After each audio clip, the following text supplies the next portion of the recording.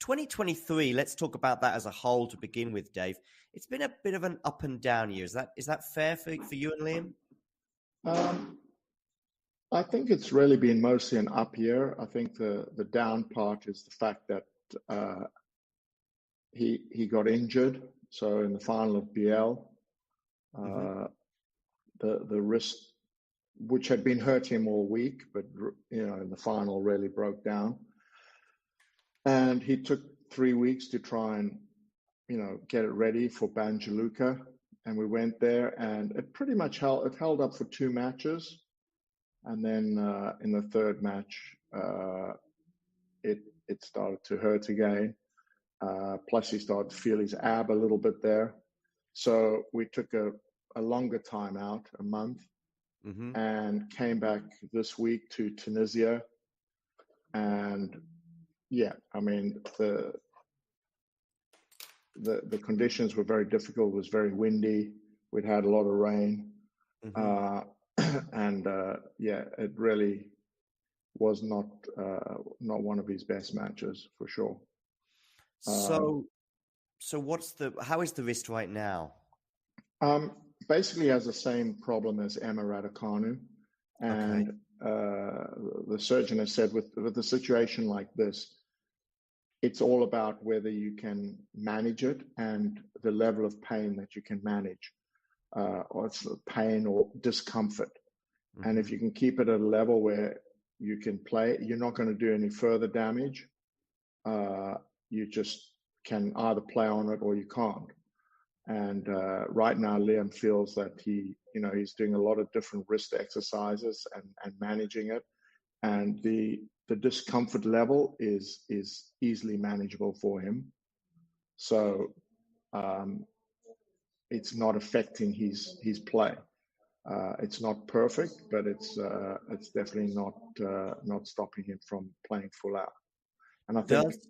Go on, David. Sorry, I think just on, obviously, although Tunisia was not a good match and having been out for 4 weeks, the good thing is the body came through intact. Does the timing of this have an impact on decisions regarding the injury? For example, we've got the French Open qualifiers beginning at the beginning of next week, and we've also got Wimbledon not that far away. Home territory, also familiar territory in terms of success last year, being Diego Schwartzman among others. Does that play an impact in terms of the physical situation with Liam right now? I mean, certainly it's not a time of year that he wants to miss. And I think the other thing that's even more prevalent is the fact that he's not defending a lot of points, and he wasn't on the clay, and unfortunately he's basically going to play 3 tournaments on clay. That's it, which is a shame, because after BL he was in a very, very good position to move his ranking forward towards top 100, and through the whole summer he really has an opportunity. So in terms of timing of when this has happened, it's never good timing to have an injury. But for the window of opportunity that he has had for the clay, but now for the rest of the clay, the French and grass and the hard courts in America, is quite a big opportunity. So if he can manage it throughout the summer, that would be advantageous. He might be able to manage it for the rest of his career. But if it does break down again, then we're going to have to look at wrist surgery. Yeah. What's the situation? When is Liam going to be playing his first round? It'll either be Monday or Tuesday. Am I right? That's correct. They split the draw, so it depends where he comes out in the draw, which they do, I think, at 3:00 tomorrow. Okay.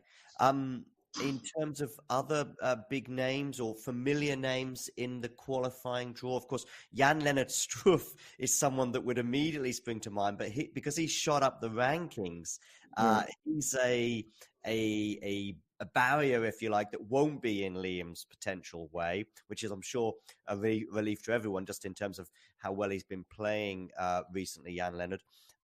What other names perhaps could and should we look out for in the qualifiers? I think Reedy, if he plays well, who Liam played earlier in the year, is Australia, dangerous. right? Yeah. I would say, really and truthfully, any player ranked between 110 and 200, 230, which is sort of the cuts 240. I don't think anybody there can be termed as an easy match. I don't think it really exists. So I think you have to just go in and see everybody as dangerous, but including Liam. Liam is very dangerous for anybody as well. So we don't really look at the names that are there, because you just have to play who shows up on the day. And, they could be ranked 110 and play like, 250 on the day, or they could play like 50 on the day.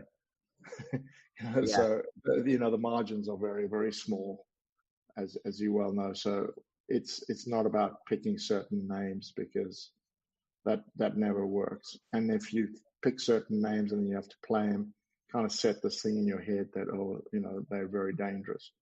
I think you just got to focus on what you're doing and the fact that, you're dangerous. Well, 2023, let's talk about that as a whole to begin with, Dave. It's been a bit of an up and down year. Is that fair for you and Liam? I think it's really been mostly an up year. I think the down part is the fact that with the mental side of tennis, from my perspective as a fan, if you like, the two things that strike me in tennis compared to lots of other sports that I think make it a big mental challenge is, first of all, it's an individual sport, but secondly, so there's nowhere to hide. Like in football, in a team sport, you can just give the ball to another teammate and you cannot call for it, if you like, but there's nowhere to hide. The other thing as well in tennis is again, in something like football, you can be really nervous, but you can get a bit lucky. And of course, that can be the case in tennis. But basically, your body could be shaking when you're about to take a penalty, okay? And you can still score because you can just put your foot through it, right? You just hit it as hard as you can. And actually, probably you will still score because of the odds on that. Yeah. But there's that in a sport such as darts, snooker, tennis, where you need to be pretty calm and you need to have a pretty steady hand. There's just nowhere to hide. Is there anything I'm missing, or am I underplaying something, or even overplaying? No. I think you're 100% correct. I think the real tough thing about these sports and tennis in particular, because of how physical it is as well, is the relentlessness of point after point. And if you're nervous, you have to fight through those nerves sometimes for an hour. And they might disappear for a while, but then suddenly, you're 5-all and it's tight again, and you're feeling very tight, and you have to manage it over and over again. And I think the best players in the world just use their tools and remember to use their tools in big moments. Because, once you get to pro level, it's not like any player doesn't kind of know what they have to do, but it's in the heat of that moment that they either don't remember because the brain is frying a little bit, or they don't have the courage to use them. Yeah. So, for us sitting there, I remember when Roger Federer had 2 match points against Novak at Wimbledon serving. Yeah. You're thinking serve and volley both. Okay. Yeah, probably Novak's not going to make a great return on both. Mm-hmm. Now I don't know whether what Roger was thinking, or maybe knew something more than I did, but that was my thinking. But he didn't, and they slipped through his hands. Now to do that though in that moment takes a huge amount of courage. Yeah. And and first to make the decision, and then secondly to follow through the decision like that. But then you've always got, and this is what's so tough for players. The other thing is, match point, make the person play. Don't serve and give them a quick volley or whatever. And that's another school of thought. But I think deep down, players get to a place where they have an instinct.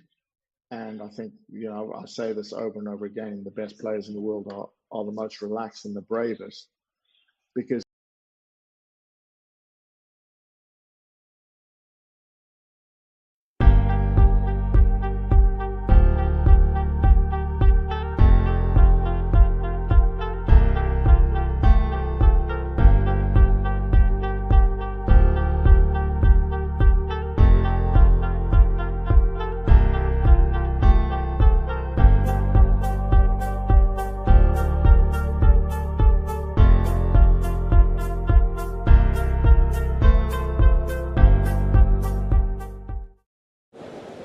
Ready? Play.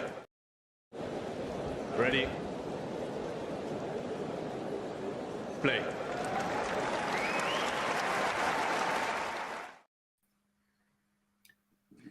Hello. Jacob, how are you doing? Welcome to Talking Tennis live commentary of the match between Casper Ruud and Cristian Garin. Joining me is James, the tennis ranter. How are you doing, James? I'm doing pretty well today. It's another gloomy day in the UK, and it looks like it's a gloomy day in Hamburg as well. Yeah, beautiful, sunny in Slovakia for me, but it doesn't look too nice out there. But this should be an exciting match of tennis for sure. We're just coming off of Lorenzo Musetti beating Josef Kovalik losing yet another very close match in the third set where he's up. Bit of a theme for him, but yeah, a lot more star power in this one. Are you disappointed at Klovik's loss, or a bit indifferent? I know he's Slovakian as well, isn't he? Oh yeah, I mean, like I cheer on most of the Slovak players that are there on tour. Kovalik is among them. It's just like we have seen this movie before. Like once again, he's very close to an upset. He's up a break in the third set of Musetti, but he just struggles closing those matches out. He doesn't really have those significant weapons that sort of get him free points, which I think is a part of why he's sort of more vulnerable in positions where he's up. It's not that easy for him to sort of like just hold serve automatically. But yeah, here we have Ruud, Garin, and Molay Hani is the chair umpire as well, so we'll get plenty of action. Yeah, you got a little bit of Mohammed Ali. I think, like I said on the previous Talking Tennis thing or match covered, I was on the bus when I went to Wimbledon. I went on the tourist bus to get up to Wimbledon during the championships, and he was on that bus as well. Oh, there you go. We were standing right next to each other, or he was sitting on the seat, and I was standing as we were going up there, and I told the story again about how he was looking at his phone a lot, looking at the time and looking at when they were going to get off the bus, which clearly indicated he was a bit late to that day's work. So quite a funny bit there with Mohammed. He's also got very large writing on his phone, but that's another bit there. That's not a great sign for an umpire job where you have to use your eyes. Primarily. His text on his phone is it's large scale. It's something your grandma would have. Certainly. It doesn't matter about this tournament where you've got to go right down to a line and see a ball mark on the ground. Which of course always likes to cause some controversy when it comes to when it comes to things like that, in terms of is the ball in, is the ball out, that sort of thing there. Yeah, so we have the players warming up right now. Let's talk a bit about them. Maybe starting with Garin, who right now is down to number 120. But of course, we all know what he's capable of. A former top 20 player, a semi-finalist here back in 2020 when he lost to Tsitsipas 6-4 in the third. He has had to drop down to the challenger level more recently, made the semifinals of the Yashi Challenger, losing to Zapata Miralles 2 weeks ago. Last week, he actually had to retire from his second round match against Aziz Dugas, but came in here and he's clearly fit. Beat Marco Topo and Kimer Kopejans in qualifying, then came back from a sit-down against Hugo Delien. As for Casper Ruud, of course, he is coming off of a final in Bastad, which did not go his way, losing 7-6, 6-love to Andrei Rublev, but overcame Sebastian Baez, who was looking very good against him, 6-3 in the third. What do you think of these two players coming into the match here, and how do you see this match going? I suspect we're going to see some classic clay quarters battling it out against each other. These two are no shy chickens when it comes to the dirt and the orange stuff. It's a surface that they both favour. They'll both try and get themselves on as much as they can. Of course, with them both playing at the moment, in this tournament here in Hamburg. I think the expectation I would have would be at the start of this, and I know please do everyone put comments below in the chat boxes about how you think this will go. But I fully expect still that Ruud should get through this, just because his quality and his level is much higher than Garin, especially at the moment. But what we did notice yesterday in Ruud's first round match was that he thought this is one of the worst clay courts he's played on all season. He was very happy to be very vocal about such an issue, which is interesting to know. After the match, he said, he kind of was a bit more reflective of the fact of going, well, this is the last clay court event I'm going to be playing this year, unless he decides to try and take a really, really quick wild card into Kitzbühel next week. But this is the last main tour clay court event for him. He needs to enjoy it. It's a 500 event, which then leads into my fun little fact here, which is, if I was to say, if you were to look at these two players, could you tell me which one of these two holds a 500 title on the clay? I mean, I would have assumed Casper Ruud, but is that not the truth?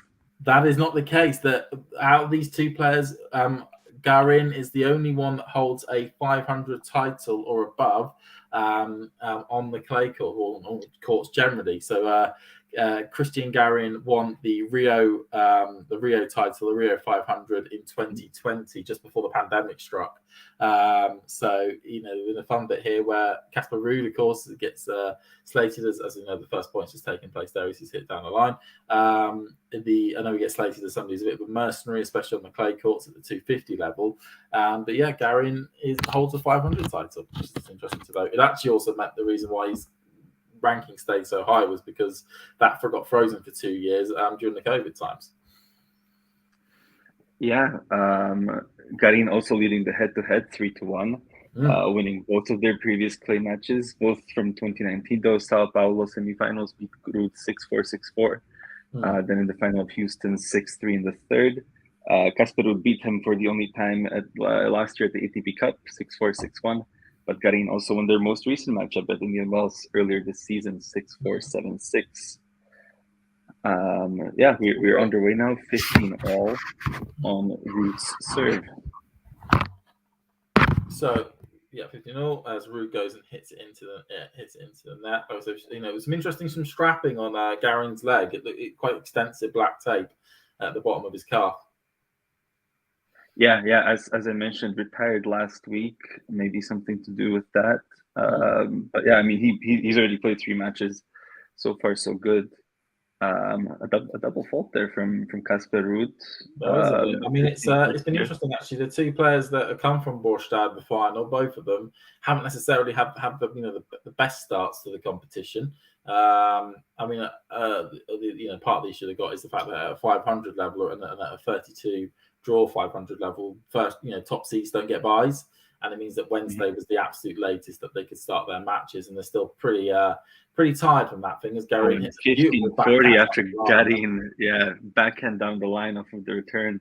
He's really locked in at the moment, Garin. I mean, he really struggled in his qualifying rounds. I know I was keeping an eye on that just because it was a Brit Jan Chonsky that was playing at the same time in qualifying, but I was seeing Garin's scores popping through on Sunday.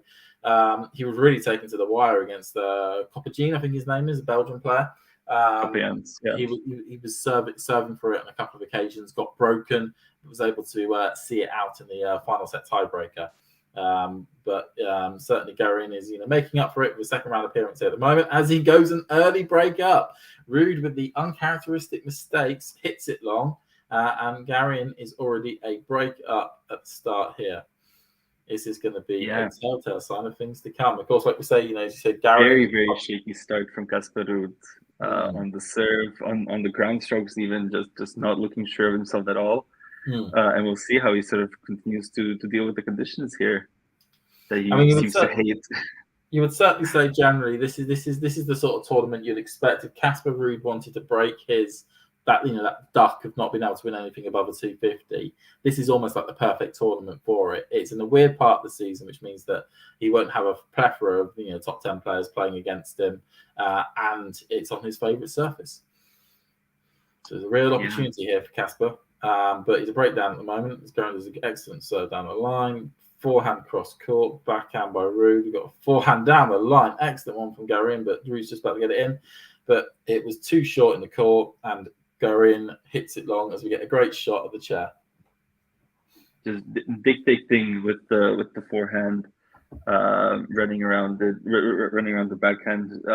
Moving Casper Ruud side to side and just dominant early here, Cristian Garin. Yeah, you would. Garin looks really determined to control the rallies here. He's determined to use a bit of a bounce of the tape. Ruud able to run forward, backhand cross court. Ruud's about to get it back, but Garin goes with a behind, just about reaches it and goes with the behind forehand. 30 left. Amazing recovery. Excellent recovery there. Ruud pretty much sent him all the way to Copenhagen. It felt like a bit there, but then it was sent back there. Yeah, he gets sort of unlucky with the net court. Sets up a good shot for Casper Ruud. Garin digs out a great backhand down the line to force Ruud into a tough volley, and then just attacks off of it and wins the point. Okay, bit of a funky one there. I think we just had a bit of a let cord. See how far back in the court Ruud is standing. You can barely see him on the screen. Yeah. Cross court long. Okay, bit of a double fault there. Maybe the start has already went funny. But yeah, 30-15 on that point there. Yeah, you can see some serious taping. It almost looks like it's something that should belong to a bike. Backhand there. Forehand cross court by Garin, but it was long. Just Mohamed Liani is just making sure that everyone knows it was just how long it was. Yeah, 30 all a decent chance here for Ruud. It hasn't really done much to earn this opportunity, but if he wins this point, he puts himself in a good position. Cross court wide, just wide on that serve there. He just gets himself into position and gets himself ready. Okay, good was to serve. Ruud though taking control of the point, backhand into Ruud, but puts it into an island. He gets himself stranded. Garin hits a beautiful passing shot winner from his forehand. Yeah, we saw Ruud go very aggressive off of the second serve return, trying to win this very important point. But yeah, once again, with Ruud at the net, Garin comes up with some magic. This time, a great forehand cross-court passing shot. He's giving the eyes to Garin on that one. He just got himself caught way too much in an open space there. So Garin goes across the court, forehand up the line by Ruud, forehand exchange, backhand there, backhand again. They're just tiki-tacking at the moment against each other with the backhand cross-court exchanges, really pushing each other wide. And Garin hits a wonderfully low bouncing ball there, completely catches Ruud off guard. And Garin takes the service game to make it 2-love. It's 2-love already. So the last 2 points we saw Casper Ruud try to dominate a bit with the ground strokes. He was also dominating that backhand exchange until Garin just dug deep, came out flat into the backhand, and I think sort of barely caught the line there. Gets him the 2-love lead. A bit of a slow cross thing. Backhand by Garin, forehand by Ruud, back forehand by Garin. Now we're going for a bit of a cross-court exchange taking place at the moment. Forehand by Garin, just goes slightly long of the line. He tried to pull the trigger early. He was just slightly over the top there. Yeah, and this is a very important game for Casper. He can't lose his head here over a couple of points. Needs to hold here and try to give himself more opportunities to re-break and regain control of this first set here. He just needs to wake into it. I mean, I know he had a bit of a slow start in yesterday's match as well and just about came through it, but we don't know if this is going to be going there. Ghost is saying, after my boy Riverford, Casper is totally demolished, according to Ghost. Good serve there to force the mistake from Garin. 30 love. Cross court there, forehand with Garin. Forehand into the net by Garin. He's really let Casper off the. It was a brilliant return that really pushed Ruud back further back, and then it was a sort of an easier forehand to try and maybe approach off of, but Garin misses that into the net. 40 love for Ruud. So Ruud goes cross court, backhand by Garin, backhand by both players at the moment. Backhand long by Garin. Ruud able to get onto the scoreboard. 2-1. Yeah, good hold from Ruud. After a bit of sort of insecurity off of the serve in the first game, we saw him serve a lot better in the second service game of his. Garin had some opportunities that he didn't quite take, but yeah, I'm still pretty confident that Ruud will win this match, just because in the rallies, it feels like he's able to dominate a bit more. Garin has been able to come up with some magic here and there, but I don't know how sustainable that is over the course of this match. I agree on that with that. Ghosty claims is a shadow of his former self and will be selling hot dogs on the streets of Onslow at Christmas. Yeah, I don't think that's happening. Sorry, Ghosty. I think that we will see Casper Ruud stick around for a good few more years at the top 10 level, at the very least. Yeah, he's not going anywhere. He will be a top 10 player by the end of the season, probably a top 10 player by the end of next season as well. Injury dependent. Yeah.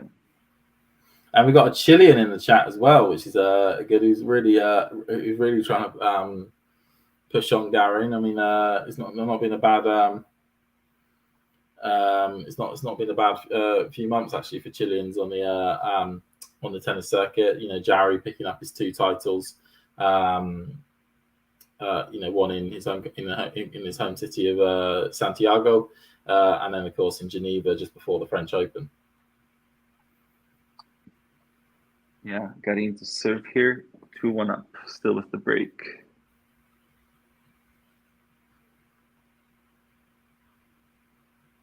Up the line, good, strong serve by Garin. Ruud could do nothing with that but stick it long beyond the baseline.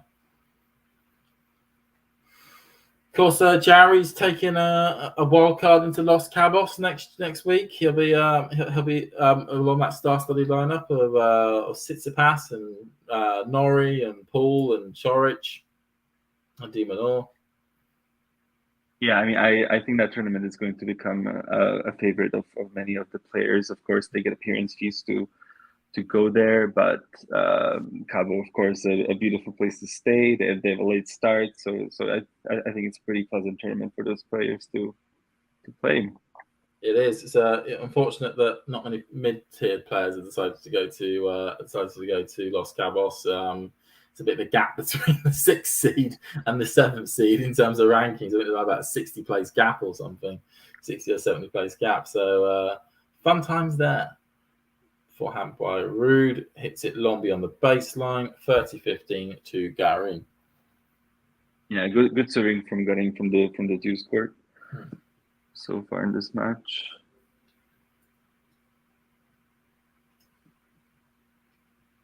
Good luck, Ghost, at your internship. Oh no, hang on. I read that again properly. Scratch that.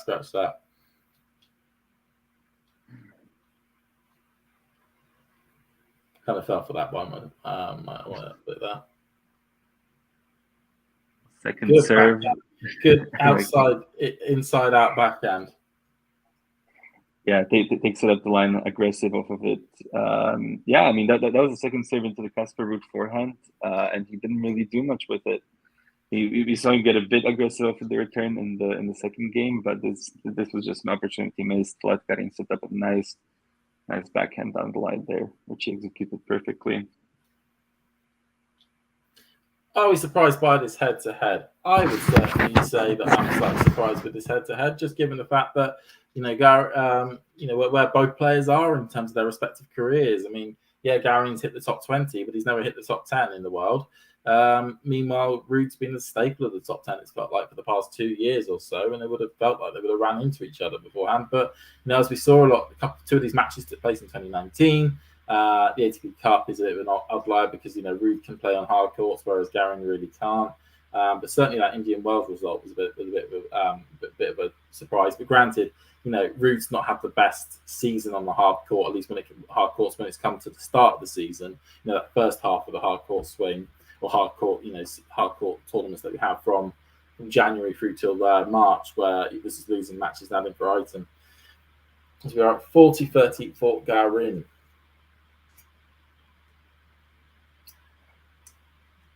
Yeah, that was a good rally there. At 40-15, Ruud comes up with a nice angle of the backhand, forces Garin into an error. But one more game point here for the Chilean. Goes cross court, looping return there by Ruud. We've got the forehand to backhand exchange. Trying to move each other around. Forehand by Garin, really strong forehands. Backhand, deep forehand there. Ruud got completely befuddled and hits it long beyond the baseline to make it 3-1. So Garin is already halfway there for the first set, if he's able to do anything with it, as we get a nice little shot of the outside of the Hamburg arena, or the main court there in Hamburg. It's unfortunate that a lot of this week's been quite bad in terms of weather-wise. It's just not necessarily like torrential rain or anything, just overcast and mare and muggy for the majority of the days. Yeah, I was a bit disappointed with Ruud in this return game. A bit passive, didn't really take his opportunities. Got into the rally a couple of times. Once they get into a rally and it's not Garin dominating from the outset, he's able to sort of take over at some points. But he's just had a brain freeze there in terms of his return. He was trying to do some sort of drop shot, but it kind of dropped on his own base, on his own service line instead of his opponent's. Yeah, I'm not sure what that was from Garin at all. Ruud tries to get cross court, smashes it into the net. Go for a second serve. I'll tell you what, I do like the design of a Hamburg court. I don't know what you think of it. At least got the seating and whatnot around the sides. The refurbishment they did a couple of years ago. It's really given it a unique feel. Yeah. I mean, it's a nice tournament. I'm glad that it's sort of trying to keep itself alive still, despite, of course, being demoted from a Masters 1000 to an ATP 500. They added a women's 250 there at the same time. And yeah, I mean, like, if they can figure out the court quality issue, then it's going to be nice. It's going to continue to be a nice addition to the calendar. It's going to have very significant provenance as Ruud goes 30, if not, I think 40. Is 30 or 30-15 up at the moment. In terms of its significance, next year is going to be even greater because it's going to be one of the build-up tournaments for the Paris Olympics. Oh yeah, true. They're moving into the same league as Gstaad for last week, and they're going to have the Olympics this week. Yeah, there's going to be 4 clay court tournaments next year after Wimbledon, the week after Wimbledon, and then 2 after that before then the Paris Olympics takes place. And so 30 all here. Beautiful touch from Garin. Off of the drop shot to draw a Ruud forward. Ruud makes a mistake of that, but yeah, 30 all. First was allowed to hit a very easy forehand winner at 30 love, and Ruud maybe letting this game slip a little bit.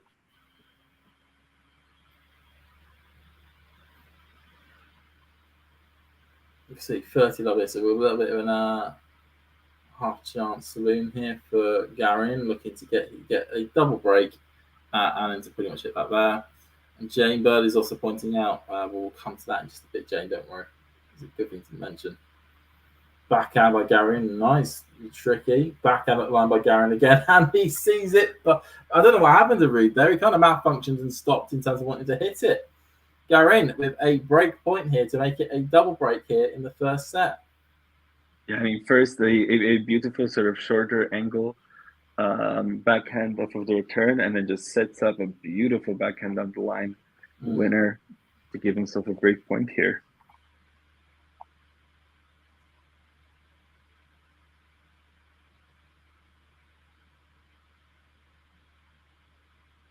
Okay, that was long there serve by Ruud, long there.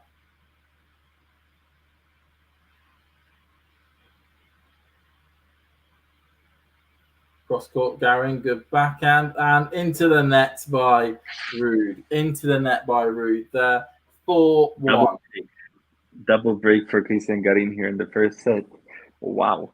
Wow, Garin is really locked in at the moment. He seems completely focused into this match. Just really strong by the Chilean here. Cristian Garin almost rolling back the years by a couple of years. To be sort of top 20 days there, really being quite ruthless when it comes to his break point chances. Determined to get this done as soon as possible, really, it seems. Yeah, I mean, the quality is always there with Garin. We just haven't seen it as consistently as we were used to seeing it at his very peak. But you know, he's only 27. There's no reason why he can't get up to the top 20 level again, possibly. I mean, he is a very good player. Completely agree on that one. Of course, had a bit of an injury that forced him to miss out on Wimbledon because he wasn't yet ready to play qualifying, and then he didn't receive a wild card despite being a quarterfinalist there last year. So that was a bit of an opportunity. I'll tell you what, it was a real shock last year when he got to the quarters. I was it was a pleasant surprise, but certainly a surprise at that. He really proved himself more of a, to remove and it's a tag that we've also had to remove to Francisco Cerundolo as well this year, of somebody that isn't just a clay courter, but actually what we call a natural surfaces player. Those rare players that can play really well on both clay and grass. Certainly, Garin getting to the quarters last year proved that. He's very good on that surface, and then also Francisco Cerundolo for winning the Eastbourne title. He even said in his on-court interview that he found it a real surprise, the fact that he was ever going to win a title on the grass. Yeah. I mean, both Garin and Cerundolo both have very explosive forehands, which is like the major reason why they can have success on grass. Patricio Miguel Ibacache says that he's a great player, but the issue there for him is mental, which I would probably agree with. I mean, of course, I saw one of the worst Garin beatdowns in Davis Cup against Slovakia, where he got almost double bageled by Norbert Gombosch. Which, I mean, that was back when he was still like a top 40 player, I think, at that point. But yeah, 30 love here on his serve. He's in his stride, he's in his rhythm, and it will be really hard for Ruud to derail him here, I think. Cross court there. He's just hitting his mark as well. First serve percentage numbers are high, which is excellent to see for Garin. He is pushing Ruud. They are literally matching each other point for point, going for the moon ball there, and just put away quite comfortably there by Ruud. Yeah, that was good defense from Ruud. Good point construction, turning defense into offense, eventually setting up an overhead for himself. Yeah, sticks it. It's so far into the sky, it may hit the roof machine that they've got there. Yeah, it's a brilliant roof machine. If anyone's actually seen it, it's what they do is they store like a netting in the middle of the actual roof, and then they sort of branch out like a spider's web whenever they need to actually open it.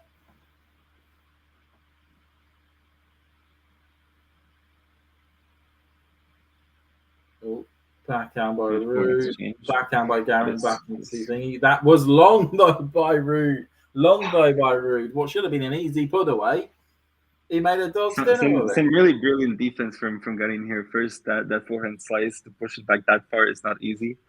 Ruud's very aggressive, continue to push forward off of that, and then Garin comes up with a good backhand cross court. But yeah, Casper Ruud should be putting that in the court. Damien is eagerly around some courts, waiting for people to come and have a viewship. So something probably is happening in Poland at the moment. As Ruud hits the net, and it now goes to 5-1. So 5-1 here in the first set. Was that? I was just saying 5-1 for Garin here. Yeah, 5-1 for Garin, not Ruud. Sorry.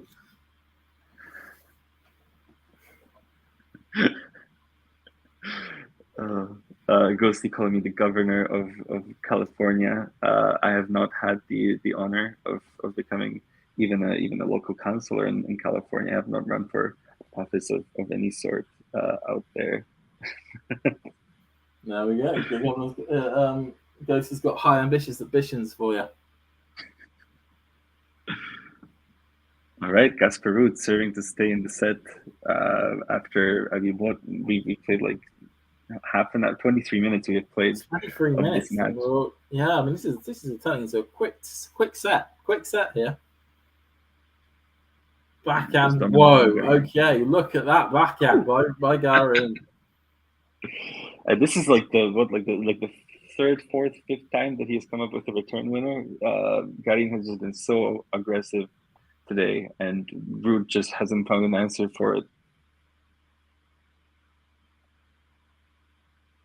Backhand there, backhand by Ruud, backhand by Garin, forehand by Ruud long. Just completely shanked that. Well, I'll tell you what, if I were Andre Rublev, I'll get my skates ready at the moment. You may be on sooner than you thought. Yeah, I might not have to have John fill in for me at all if we continue at this pace. Forehand by Ruud, backhand by Garin. Whoa, what a backhand! What a backhand! He's hitting everything at this point. It is unbelievable. I mean, Garin's just so locked in right now. That's just crazy. He's just making the SS Ruud be stranded right in the middle of that court every single time with those passing shot winners.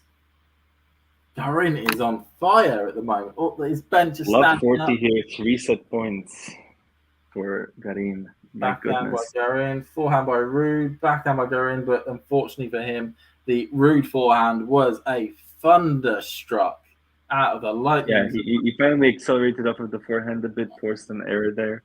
Garin is only human. It was like a Norse god that forehand from. He had the power of Thor in it. Works well, giving me Scandinavian. Second opportunity for Garin now. Backhand by Ruud, but it clips the net. Garin is in control of this rally. Just pushing Ruud around from point to point. Backhand.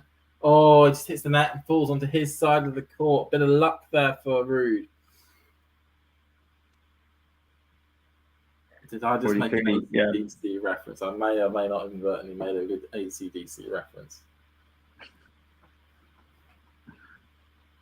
Yeah, unlucky there with the net cord. One more opportunity for Garin here. One more time. Is it going to be third time lucky here for Garin?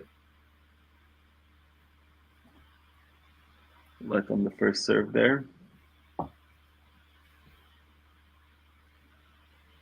Backhand by Garin. Ruud's tucked up. Garin walks into the court, really taking control of the point at the moment. Ruud's doing all he can to stay in it. As Garin hits the net, just shows sticking in the point, getting that next ball back, really pay off. That was preceded by a very good sort of almost half volley at the baseline off of the forehand side from Casper Ruud to sort of keep that ball coming quickly to Garin, not give him as much time. And yeah, that work pays off. We go to deuce. Okay, so cross court, forehand down, and Garin says, "I'm having another great point. I am having another great point." What an answer. Another return winner, this time with the forehand wing, just slaps it down the line, and Ruud cannot get to it at all. Advantage Garin. Advantage Garin.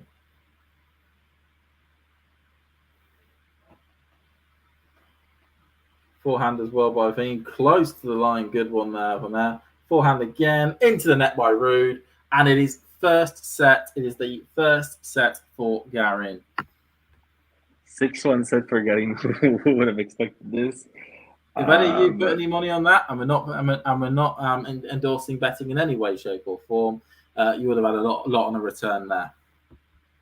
Yeah, 27 minutes set. It wasn't as simple as it looked. Up 40 love on the return there for Garin, but almost even more impressive that after he lost those 3 set points, he just sets up another one. Takes control with the return winner, takes control of the rally. And look at that, 11-1 on the winners for Cristian 27 Garin. minutes, yeah, 11 winners to 11 winners, 11 unforced errors. It was a bit like it balances itself out. But Ruud, 7 unforced errors to 1 winner. All the numbers are in the green for Garin, it seems. First serve was in, 76%. First serve's won, 77%. Second serve's won, 50%. Interestingly, second serve points won for Ruud, 22%. Yeah. Yikes. You're never going to win a match on those numbers, especially when your first serves in are only at 60%. That, along with the one singular winner from Casper Ruud, that is definitely boring stuff. Hello, Jake. Hey, Jake. How you doing? Thanks for joining the stream. But yeah, I mean, Garin just has come up with some incredible stuff. I don't know if he can keep up this level throughout the second set. Maybe we see the 76% first serves in also drop off a bit. And yeah, I mean, of course, we saw Casper Ruud lose a 6-1 set in his last match as well, but that wasn't to start. It is just, yeah, it's tough to see how Ruud digs himself out of this funk. I think he needs to be a lot more aggressive. Well, he's not gone off court. He's stayed on the court. He's determined to try and do it in this mindset. So we're going straight into the second round. We're in the second round at the moment. In the second set. Yes, something that popped up that you probably saw flash on the screen. Of course, quite in the last hour or so, it was confirmed that Kyrgios has pulled out of Washington. The defending champion will not be defending his points there this year. Big news. Yeah.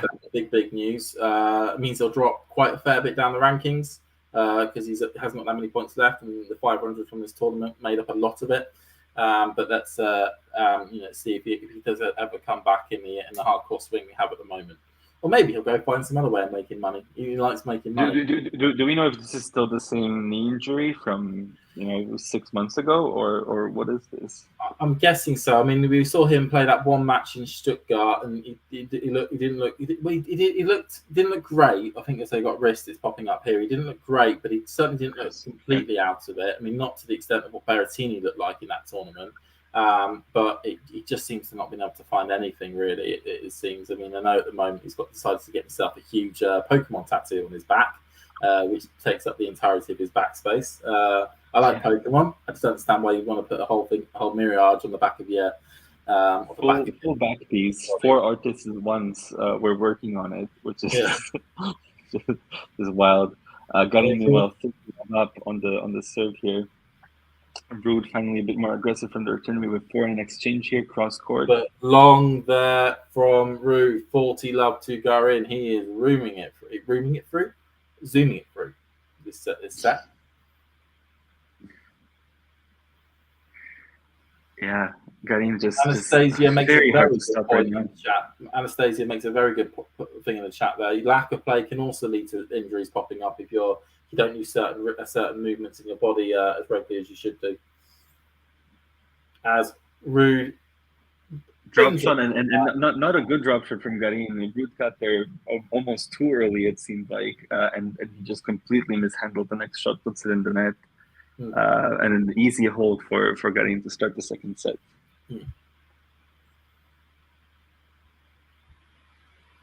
Jamie says that he made a big mistake not including Jigglypuff in that tattoo, and I would agree. I mean, if you're talking about iconic Pokemon, I feel like Jigglypuff has to be up there. That's a good thing, actually, as a topic of conversation. If a little bit left field, please put in the chat, what Pokemon would you like to put tattooed onto yourself if you felt like you could also remove that tattoo afterwards, or maybe not? It'd be interesting to know what tattoos you would like to see. Jacob, what tattoo of Pokemon would you want on your back? I don't know. I mean, like I watched some Pokemon when I was a kid, not too much. But yeah, I mean, I think Jigglypuff is probably the way to go. Actually, you'd be a Jigglypuff. You'd have Jigglypuff on your back. Yeah. Let's do it right now. I myself would be a bit plain. Charizard would be the sort of one I would love to have on my back. It was just an excellent Pokemon all round. Really iconic. Yeah. That wide. Rune's playing a little bit better here on his service game here. Already 30 love up. Yeah, more aggressive from Ruud so far in the second set. It didn't really translate into points won in the first game, but yeah, approaches well off of this. And he hits his second winner of the whole match here, I think. Forehand into the net there by Ruud. I mean, it's Garin. 40 love for Casper Ruud.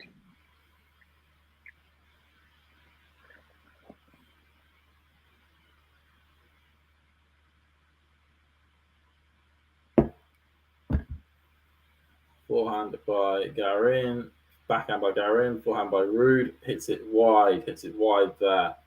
When Garin can get into those serves, it generally is in Garin's favour. Or get into those exchanges, those long rallies. But Ruud's doing his best at the moment to keep it under 3. Yeah, it's just like when Ruud isn't really finding a good angle with the serves, Garin can either attack off of it straight up, like we've seen him do a number of times, or he just pushes him back very deep, close to the baseline, and I don't think he's really made a mistake off of those returns yet. So they just keep on working for him. Back in exchange, and a Garin error there, so Casper does hold to start. In his first service game of the second set here, 1-1. Just getting himself a new racket. Obviously, we've got to change the balls. Have we?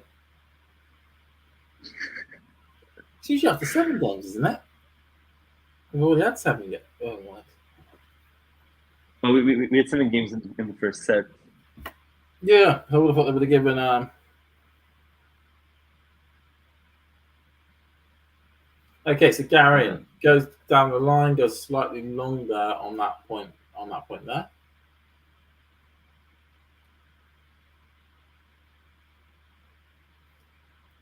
Forehand by Ruud, long, good serve out wide by Garin. Well, kind of like a mediocre serve out wide by Garin, but yeah, I mean that just seemed like a regular second serve and a Ruud error off of it. John is asking us, what do we think players would do if they weren't tennis players? He suggests that Djokovic would be an angry mechanic emerging from under a car with oil on his face. I see Djokovic as more of like a sort of Serbian dictator type, very, very, very, very politicky. Which I mean, we still might get that arc in his later life. We will see where that goes. But yeah. Oh, I'm not trying to think of other ones. What do you think Alcaraz would be? What would Alcaraz want to do? Alcaraz, I don't know. I mean, like he just seems so like an athlete that it just feels like he'll be doing like a different sport than tennis. But I just can't imagine him outside of sport at all. I know. I mean, maybe a bartender. I could probably see for Alcaraz. I've got my Cam Norrie one though, because I have thought about this before. As a Cam Norrie fan myself, he would to me, if he wasn't a tennis player, he would be a surfing instructor. I could see him constantly out. He loves the beach. I could see him constantly out there riding waves. He's got the perfect voice for it. Sounds as though he lives for the waves. Yeah, I mean, part Kiwi, right? So that makes a lot of sense. Yeah, I would certainly see Cam as a surfing instructor. He goes a tee shot. I think people. I think some fans. Iga to me is more of like a librarian. I think. I feel like that would be. I could see her as an academic. I could really see her as an academic, like just somebody or an academic. Yeah. Somebody would just go and get a PhD in something and become like super smart on those sorts of things. Yeah, to love up for Garin Ruud once again not being able to touch his service games. I can see Rybakina being. That's just a frustration backhand almost into the stands. He hit the back fence there. So yeah, I could see Rybakina being like a lawyer. Lawyer, yeah, it's possible. He got very cold. Be very cold in terms of putting the facts forward for whatever case she's going for there. Other ones that would. Well, we already know that the Casper Ruud would be a hot dog merchant, as Steve said. But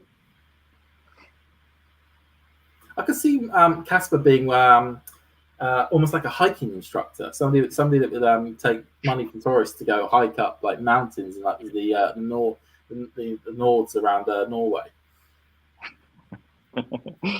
Rublev would be a DJ, says Anastasia. Yeah, I could definitely see Rublev DJing at the Storm at 4 a.m. in some rinky-dink Moscow club. I just see Tsitsipas as being unemployed. I think I just hear him for like 2 seconds and I go, I just can't do this. And I can't employ this guy. Yeah, I think Tsitsipas would be like a full-time Twitter philosopher, I think. Yeah.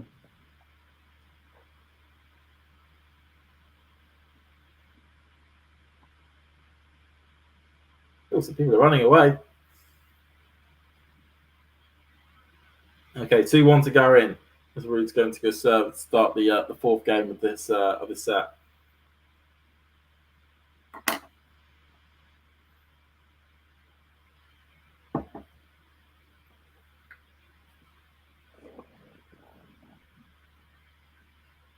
Some delay before the serve here. I'm not sure what that was about.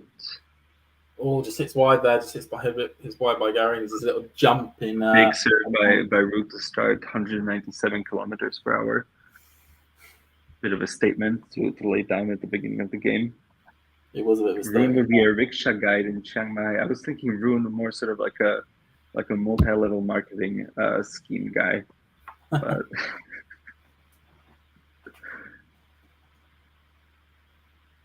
Yeah, I don't know. I mean, I just see Broady as a schoolboy. That's it. 206 kilometers now. Some huge serves from Casper Ruud. He's obviously decided the only way he's going to get out of this is by bombing them. Yeah. Went a bit too long with that one, but once again, 202 kilometers. Really amping it up with the serves.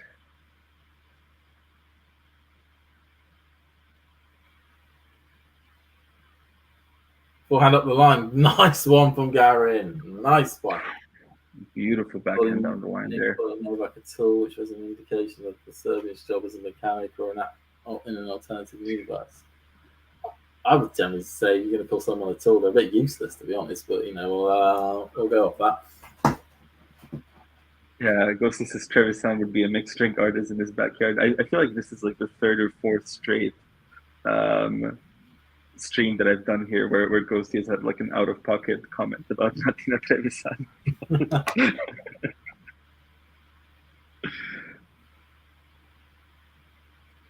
Okay, 40-15 to Ruud. He's really locked it in at the moment on his service game. Yeah, he hasn't been able to do much off of the returns, but the service, he's starting to, as you said, bomb them down. And it's worked for him mostly.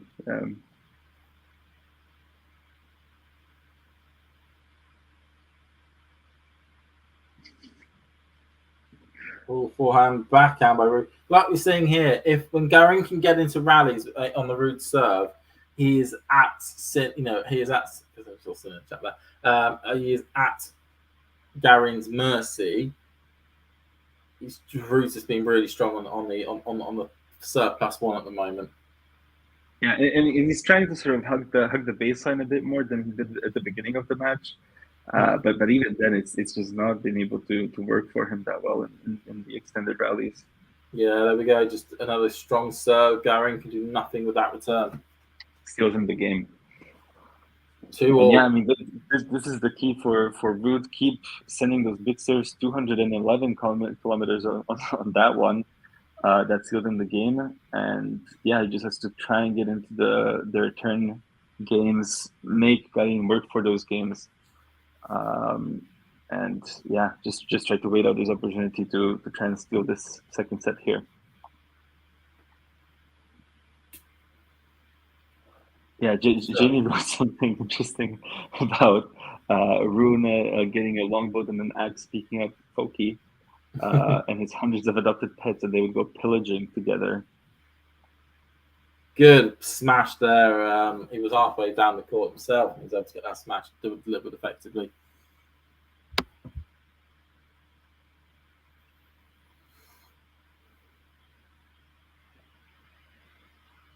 Yeah, once again, it's set up beautifully by that forehand, in which he has just been dominant off of the forehand side all match long. Sets him up with an overhead, and he puts it away nicely. And that just rolls into the net and rolls away. 30 love here to Garin. Really strong. Another strong service game from the Chilean.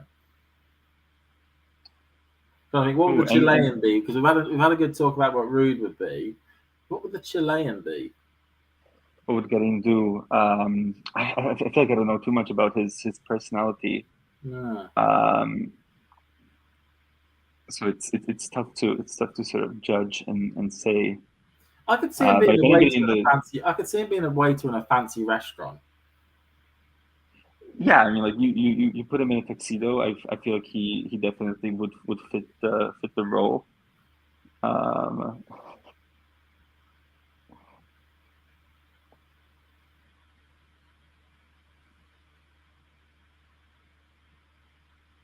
Yeah, John agrees that he would fit a tuxedo. Yeah, tuxedo jobs for Cristian Garin, I think. So cross court by Garin. Fortunately, that was I believe that was wide. So he goes up the line. Forehand by Garin, backhand by Ruud. Forehand by Garin up the line. Ruud just about reaches it. Oh, he actually pushes Garin a bit further back there.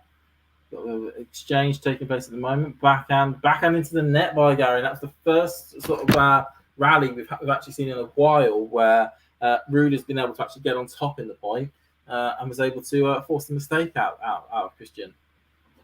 Yeah, Ruud sort of went with more of a lifted forehand to push Garin back, and that sort of shifted the momentum in the rally. Worked very well for him.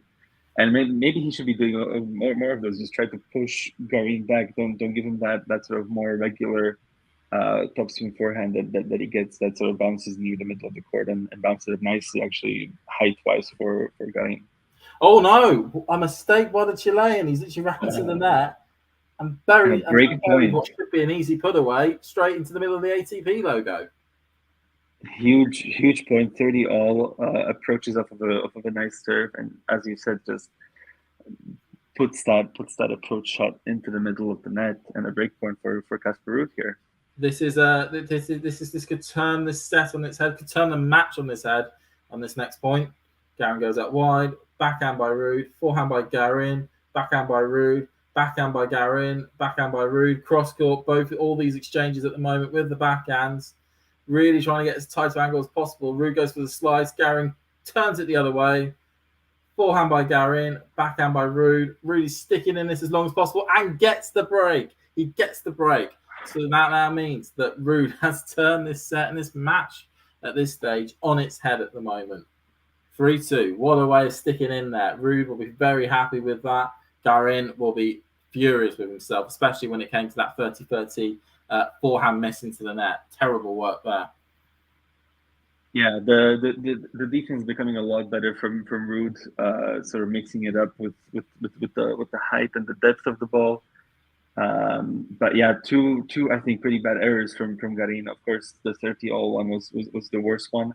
But even here, I know that it was after a pretty long rally, but that was just like a nonsensical forehand that he just mishit quite poorly to give away the break here. It does feel like it was a bit of a giveaway. It was a gift. Garin obviously felt like it was Ruud's birthday today in his mind, and gifted him the break in this set.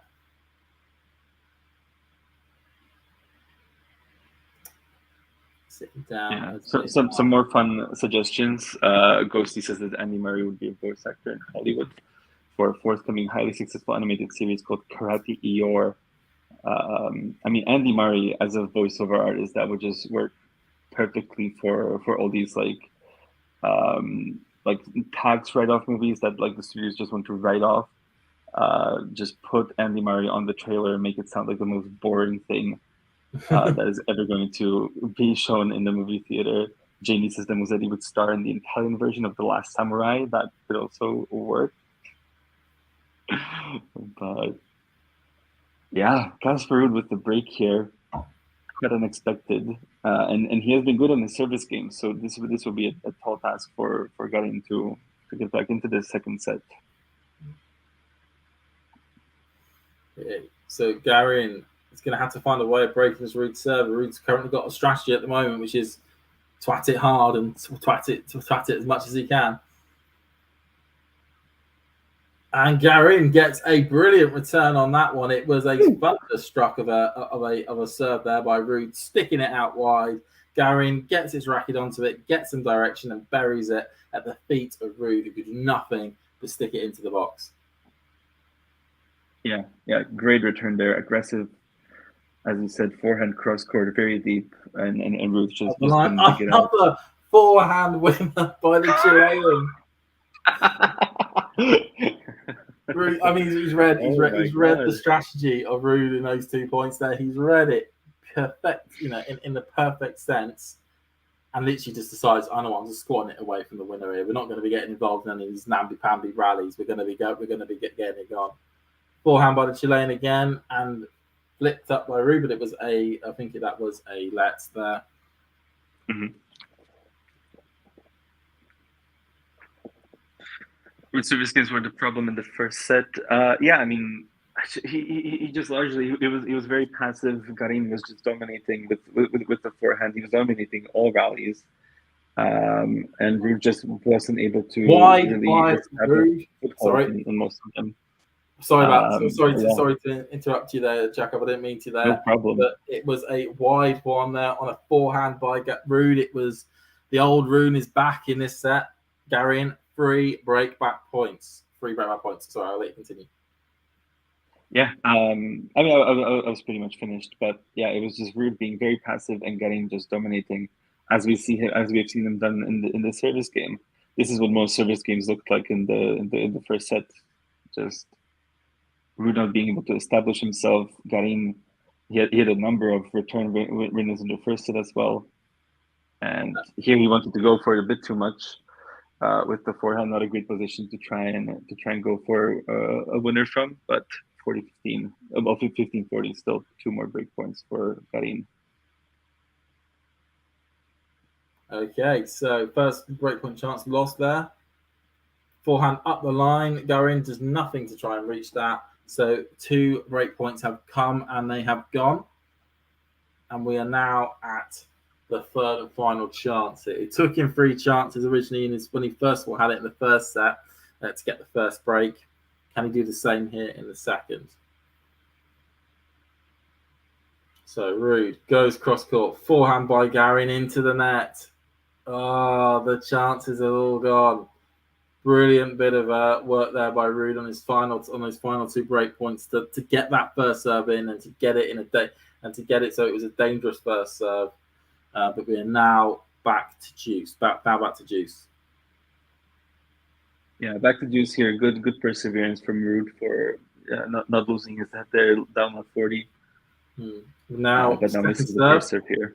second serve, which he binned it into the net on the first serve. Also the second, somebody in the crowd distracts him.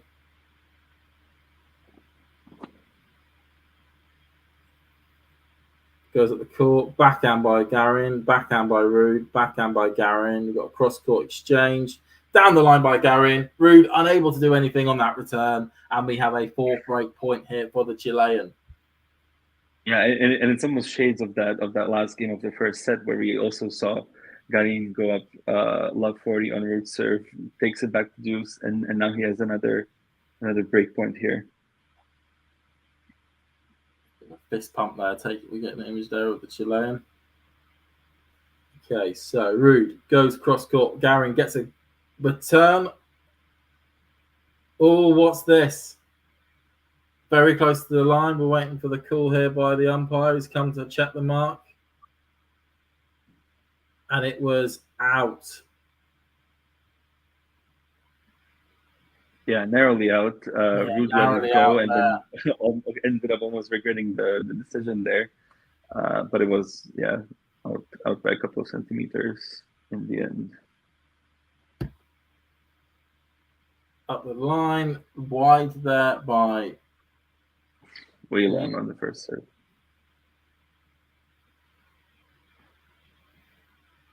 Cross court. And it's a... Yeah, it's an ace. It's a second serve ace. Garin thought he clipped the net or something, so completely left it. Yeah, he completely let it go. I don't know if it maybe came off the line and it was a weird bounce or what happened there, but a second serve ace for Casper Ruud to set up a game point for himself here. Hammer's just looking at his little clock thingy. Up the line. Swatted away there by Garin, but that was a let call. See, Mohammed got his finger on the pulse there, ready to click the ball.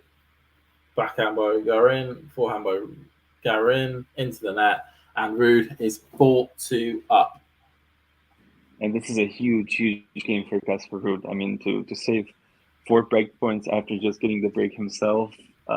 This is going to add a lot to his confidence going forward in this match.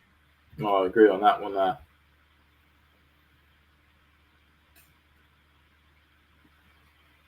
A good shot of the court there.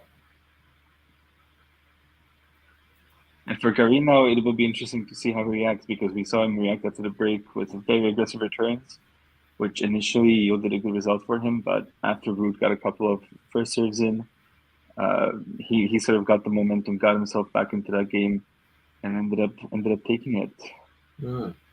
Right. Okay. So we are 4-2 up. Garin just doing got onto a second serve.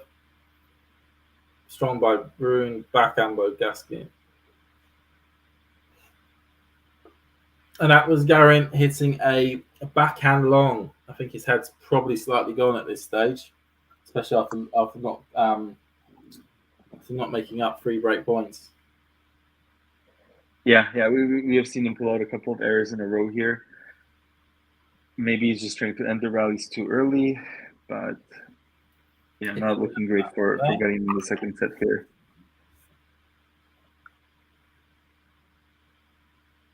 Down the line, backhand up the line there. Forehand by Garin, forehand by Ruud forehand, Garin forehand long.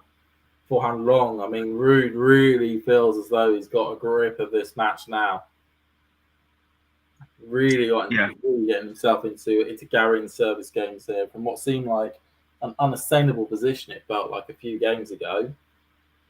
In terms of how well. Yeah, I mean, in the first set, it felt like Garin just couldn't miss at all anything that he was hitting.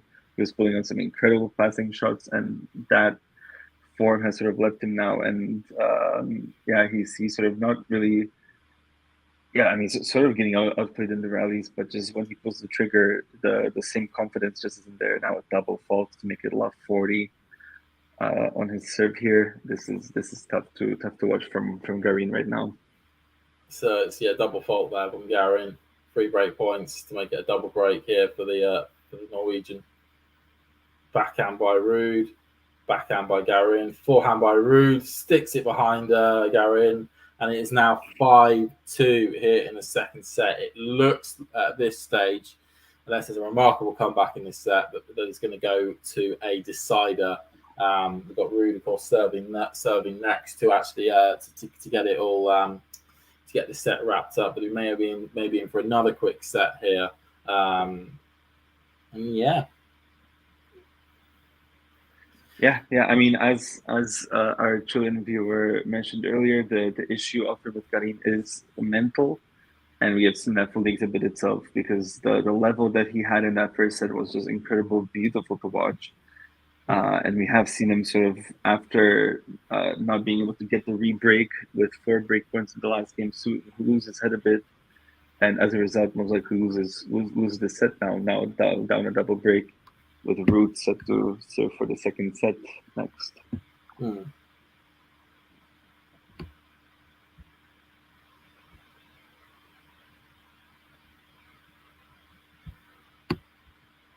Ruud is getting a racket restrung.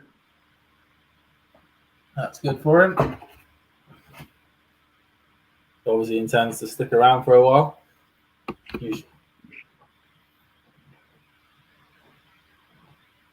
It's always a good sign when a player, when it feels as though they're a set and a breakdown or something, and they still send a racket out to get restrung. It's like, I still plan to stick around. I'm not going anywhere. Yeah, I mean, we're going to get a third set here almost certainly. So Ruud here to serve to make it. Yeah, as we've got a big result that took place in Warsaw, which was Stramkova beating Mukova.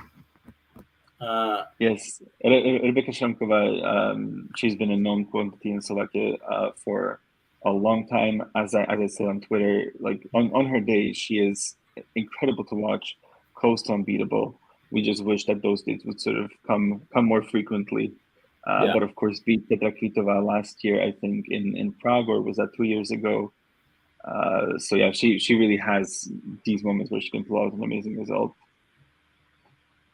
Oh, great. Garin 15 love up at the moment, or live to love 15. It's now 15 all.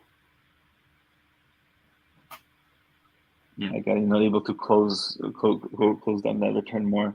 I was keeping an eye on that tournament in Warsaw today because of the 2 Brits playing. One good result in Heather Watson winning and getting through to the quarterfinals. Is going to play her doubles partner, funny enough, of this event. Yelena Wickmeyer, I don't know her surname is. Got to know Watson won. Yeah, she did 2 wins in a row now. She beat Siniakova, the 3rd seed in the first round, and backed it up today with a win as well. Just showing some real good form. She's really putting herself into contention to be able to get a seeded slot at the US Open qualifying rounds, which I know will be beneficial for a lot of players to get a number against their name, just to make sure the first couple of rounds are easier than they usually would be. 30-15 here for Ruud, 2 points away from sealing the second set here. Goes cross court, backhand by Garin, backhand by Ruud, backhand by Garin into the net. I think mentally it's like a zone down at this stage here. Yeah, and the important thing for Garin is to be able to reset after the set and hope to find that level again from the first set, because right now it's not great. It doesn't even look like he's trying to pull the trigger too early. It's just he's missing these sort of regular ground strokes. As we get probably there, I think I saw a question pop through from Michael. I'm guessing Emma, you basically like talking about Emma Raducanu. I'm guessing. If there's any Emma in tennis I can think of off the top of my head. She's currently still recovering from her 2 wrist and 1 ankle surgery. I think the expectation is for her to come back some point in the China swing once that kicks off after the US Open. I would find it surprising. She probably would get a wild card into the US Open if she wanted it, but I'd be surprised if she does actually look to get into the US Open. And it is the second set, 6-2 for Casper Ruud. 1 hour exactly to get 2 sets done. Yeah, from 40-15 up, Garin came up with a very nice return to get it to 40-30, and he actually had a good chance at 40-30 as well, but sent that sort of more aggressive forehand long. And yeah, 5 winners from getting drops down from 11, 9 unforced errors, 4 winners, 4 unforced errors from Ruud. So yeah, adding a bit more aggressiveness and more or less stop missing. Yeah. And of course, yeah, 10 unreturned serves for Casper Ruud, which is huge as well. Big factor. We have seen the serve of Garin drop off. First set was 76%, second set 56%. And he actually won more second serve points than first serve points, interestingly enough. Yeah, you can see the first serve percentage is going down for Garin. It was in the 70s, it's now in the 50s. I think a lot of that was down to, I think, as soon as he didn't break back, in that chance, in those 3 chances he had, I think mentally he just switched off on the map from this set completely.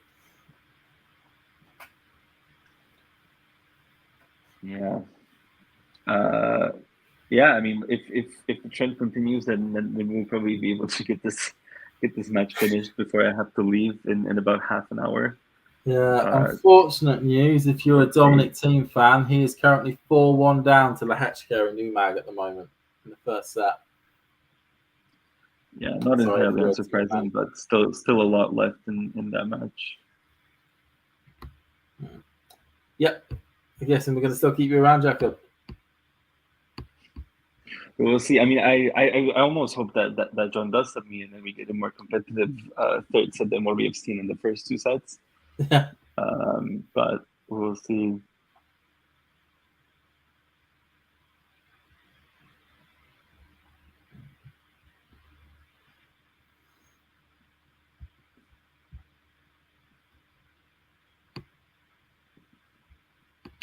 Okay, so Garin with starting off with the serve here. Forehand there, backhand by both, and Ruud just sticks a backhand down the line, sends it with absolute ease. Yeah, brilliant passing shot. Garin continues to try and be aggressive, accelerates off of the backhand cross there.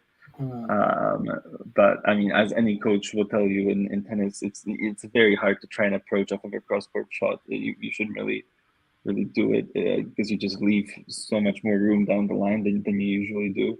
And Ruud just takes full advantage of that. So Ruud's 15 is love 15 up at the moment on the Garin serve. Garin very weak second serve. Ruud able to get something onto that pretty easily. Forehand by Ruud, long though by Ruud. Oh, it was actually okay. Scratch that. But then Garin still spins it into the net anyway. So love 30 on the Garin serve already. I think Ruud's looking just to continue the way things are going. I was looking at the mark. He's marking it. Garin not unhappy with that call. Now circles a mark there that probably says that forehand from Ruud was in fact long, but it just wasn't called. However, he did choose to continue the rally, so he cannot challenge at this point. Leads to his error. Love 30. As is mentioned in the chat, certainly doesn't help your. Oh, sorry. I'm just saying, just as mentioned in the chat there, if you could really make sure that, if you haven't subscribed to this channel as you're watching at the moment, please do. Be a huge boost to everyone here. And huge boost to Garin as he comes back with a forehand cross-court winner, 15-30. He has to keep his head here. I was just going to say that, an uncalled error like that for your opponent definitely doesn't help your mental state. Coming off of what happened in the second set. Yeah, the one thing Garin needs to do, just needs to make sure he needs to stick in here, Garin. If he wishes to have any hope in this match now, in this set, he cannot lose his serve here. Otherwise, Ruud will just run away with it. Backhand by Ruud, backhand by Garin, backhand by Ruud, forehand by Garin, forehand by Ruud, backhand by Garin. It's really stretching it over the shot. Drop shot by Ruud to make it for 15-40 on the Garin serve. Yeah, very, very nice rally, sort of side to side, all over the place. But Garin just positioned himself too deeply for what the shot was for Ruud there. It's And Ruud weird. It's weird. smartly chooses the drop shot there. This match feels as though it has switched off the turn. The turn of a coin, but off the face of a coin. But the backhand the forehand that Garin buried into the ATP logo at 30 all, he buries it as he ends up conceding there by burying a smash into the net as well. Similar to what I was about to talk about. That forehand smash into the net at 30 all on his serve has just seemed to be the massive change in this match completely. He 40-30 up. We're probably still looking at Garin trying to do it in 2. But, Ruud was able to really capitalize on that, really go in and then really sort of give us like a second life. And hey, presto. But now Garin is now early breakdown here in the third.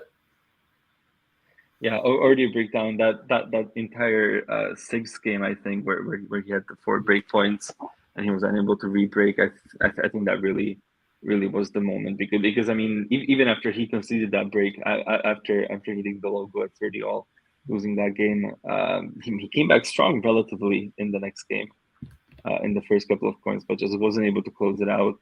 And now Ruud seems like the run of return here. Just a banger of a forehand there. Just like, I'm going to put it where I want. I'm going to get that forehand winner, and there's nothing you're going to do to me, get Cristian. Yeah, and I mean, those were the sorts of forehands that we were not seeing from Ruud almost at all in the first set. So just picking his moments to be aggressive, that is what has really changed the composition of this match. And of course, the serving has been massive from Ruud in the second set. Oh, a bit of a mistake there by Ruud, really on controlling that point, but then ends up just spinning it into the top part of the net, just tries to have it too low. Yeah, 15 all here, tried to go down the line to accelerate. But yeah, still feels very much in control of this match.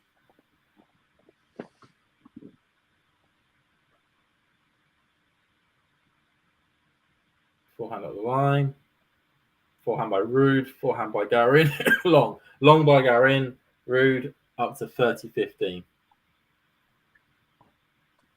Yeah, and it just feels like Garin trying to do too much early in these rallies. Like he just doesn't trust himself anymore, like he did early in the match in these rallies against Ruud. That is partially thanks to Ruud becoming more aggressive and pulling the trigger as well. But yeah, Garin, just the shot selection doesn't make a whole lot of sense for me right now.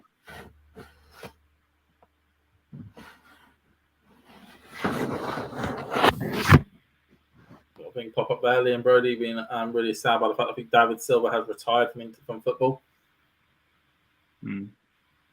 Yeah, tore his ACL, I think, in preseason, and won't be able to continue anymore.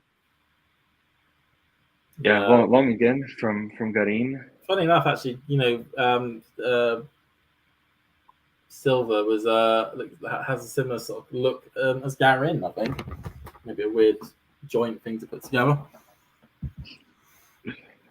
I don't maybe necessarily see it, but maybe some do.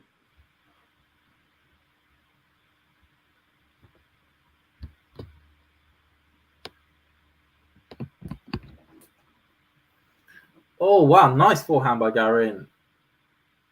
And ends up managed to get the mistake off Ruud there. So it is 40-15, yeah, 40-15 or 40-30, 40-30, there we go, 40-30. Timo Lehečka is going on right now as we speak. Yeah, they are playing in Umag at the moment at the 250 event there, the lovely beach load destination there. Lehečka currently up 4-2, 40-15. Backhand by Garin, forehand by Ruud, backhand by Garin, backhand by Ruud, backhand by Garin, backhand by Ruud, long by Ruud. We're now to Juice. Yeah, is at the Goran Ivanović Stadium. Not this one, but the one where the team's playing at the moment. Mm-hmm. Yeah, Garin sort of showed more aggressiveness from that return, which got him a free point. and now stuck in a rally a bit longer. So maybe he can get back into this, but he really needs to re-break here because I don't know how many more opportunities will be there down the line in this set.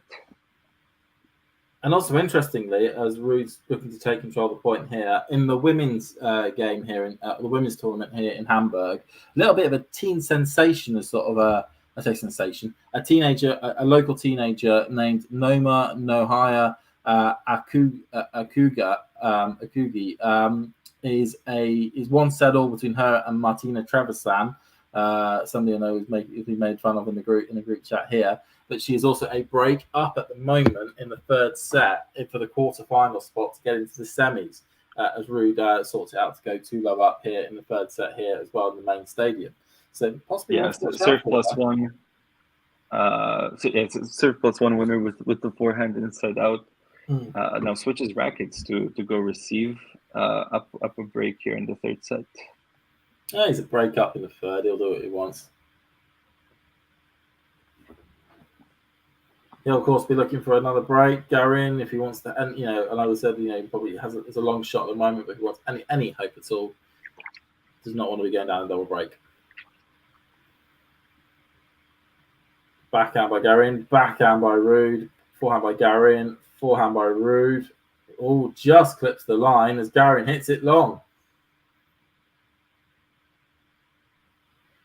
Yeah, that looked once again very, very borderline on that Ruud shot, but gets the benefit of the doubt. And I think it actually was in, since Garin didn't really challenge it or look at it again.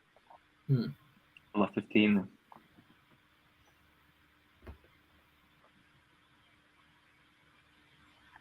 Cross court, backhand by Ruud, forehand by Garin, forehand by Ruud, backhand by Garin. Nice backhand by Garin. Good point construction there. Approaches, puts away the volley. Needs more of this Garin, I think. Really, he needs to stay on top in his rallies significantly. Okay, says be careful with your Trevor Sam commentary, James. That's my girl. I'm not saying anything. It's what people in the chat are saying.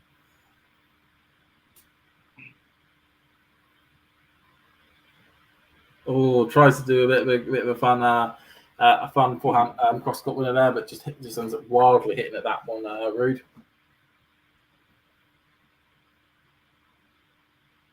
Yeah, good forehands once again. Gets to the net, and Ruud goes for more of an outrageous passing shot there that he misses. But after that point, Garin was sort of adjusting his calf there, so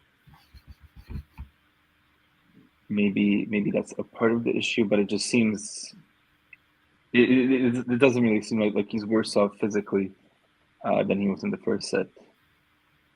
Backhand by Garin, backhand by Ruud, backhand by Garin with a drop shot.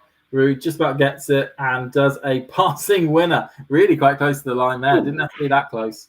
It did not have to be that close, but it was that close. Yeah. And that was, I mean, we also have to talk about Ruud's level rising, because I feel like Garin did everything well in this point. And just Ruud ends up taking it. So Ruud backhands up the line, comes close, goes for the lob here. Ruud, forehand. Well, this is all over the shot. Forehand, backhand up the line by Ruud there. Garin came to the net, tried to do a smash, tried to do some drop shots, tried to get lobs. All sorts happened. Ruud, though, kept on getting it back and then was able to hit a quite easy backhand up the line winner to make it 30-40 to him on Garin's serve. Ruud now is looking to get a double break here. Yeah, and once again, it felt like Garin, maybe except for letting that overhead bounce, did almost everything right in this point. It is Ruud defending very well, comes up with the goods. Would my coach tell team not to hit cross-court backhands? Ruud there tries to do a cross-court forehand winner and just ends up flailing at it at the end, really.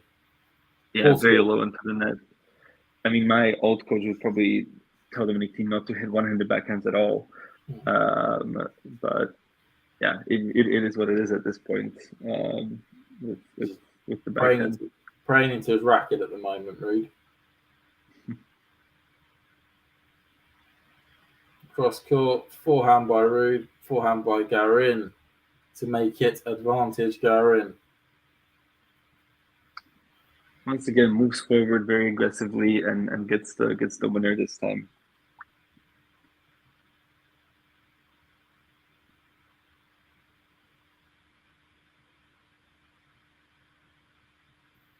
Just going who that is there.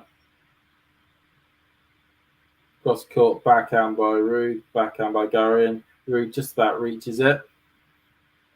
Bounces a bit long. Smashed by Ruud. Garin. Backhand by Ruud. Forehand by Garin. Into the net. Back to Juice. Yeah, once again, had a good position, had a good opportunity. And Ruud is just defending very well. Feels like almost everything is landing in for him, these defensive shots. And yeah, I mean, once he's sort of in his comfort zone in the rally, and he's like, 2 meters behind the baseline, just defending against Garin's offense, it just feels like he's very comfortable. Okay, so Garin tries to go down at the center. No luck. Goes to giving us up Ruud's first serve percentages: 58% first set, 63% in the second, and now 88 in the third. As Garin hits the net there, so it is a break point for Ruud in this one here. Well, to be fair, we have only seen one service game from Casper Ruud in the third set, but it was definitely more about what he was doing with those first serves, going from I think 1 unreturned serve in the first set to 10. In the second, he was just so much more aggressive off of the serve.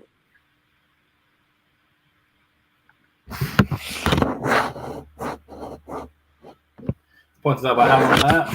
Chris Eubanks is doing bits in the States. It's coming off the back of Wimbledon. But it's a second round match today.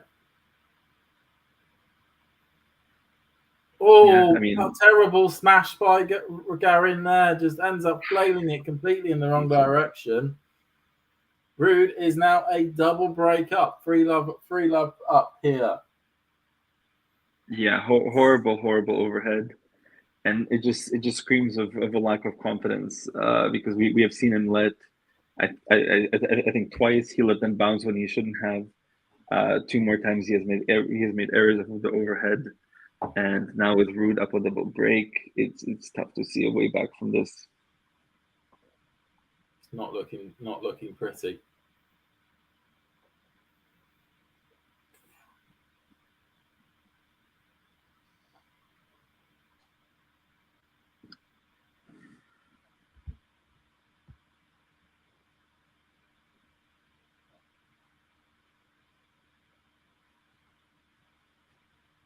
So awaiting the winner of this match, most likely Casper Ruud will be Artur Fils. Say that again, sorry. Say that again. What was that? I'm just saying the next opponent for whoever wins this match, most likely Casper Ruud, will be Artur Fils, who beat Daniel Elahi Galan in the first round, 7-5, 7-5, and then Dusan Lajovic, 7-5, 7-5 as well. And he has sort of emerged over these past 12 months very well. Well, of course, he won his first title on the clay in Lyon just before the French Open. He's the new French wonder kid. Is he going to be somebody that's going to finally break that Yannick Noah curse of a French male champion somewhere really soon, or is he going to be like the rest and just be a solid top 100 player? I mean, I think that we will see him be a very solid top 20, top 30 player at the very least. The potential with him is very, very high. But of course, there are so many young French players coming through at the moment that it's hard to sort of say which one is going to be the very best one. It feels like Mpechi Pericard probably has the highest ceiling and possibly the lowest floor as well with some of his play, but Fils is certainly up there, and him against Ruud will be an interesting challenge. Oh, it would. It'd be a brilliant match. Of course, Luca Van Asch is looking good on the other side of the draw as well, as the other French almost wonder kid at the same time.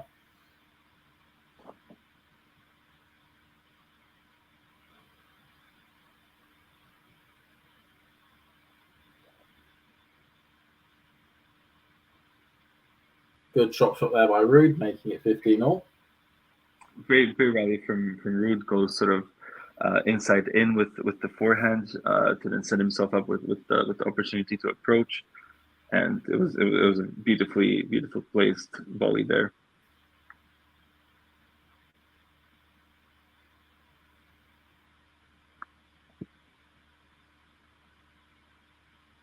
Forehand by Ruud, backhand by Garin, forehand down the line by Ruud. That was an inside-in forehand, if ever I've seen one. Really got tucked up there. Yeah, well outside of the court, and a beautiful inside-in forehand, as you said.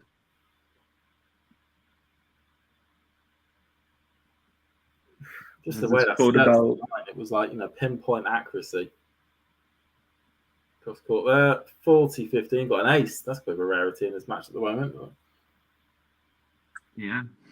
40-15. I think we're about to go to 4-love.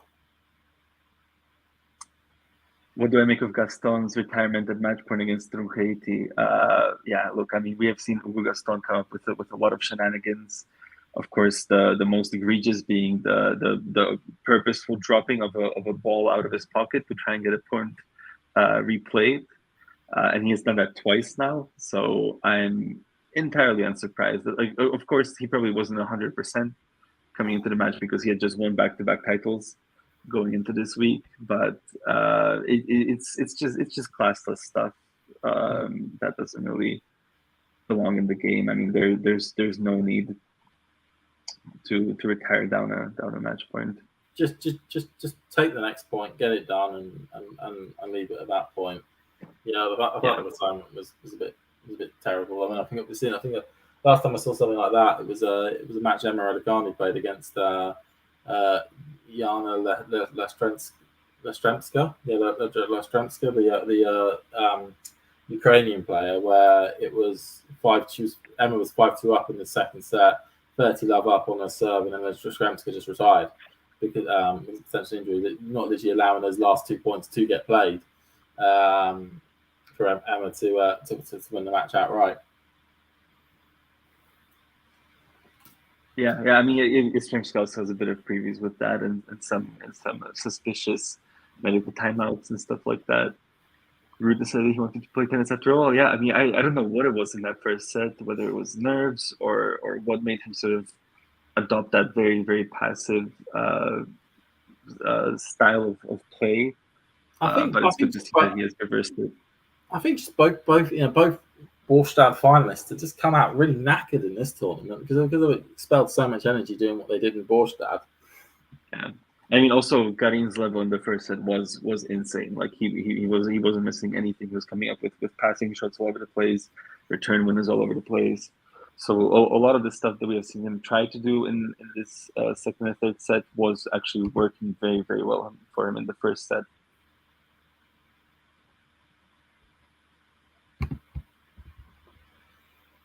Let's see if he can get on the board. Good inside in. Our forehand winner down there, 30-love up. He's doing what he can here, Garin.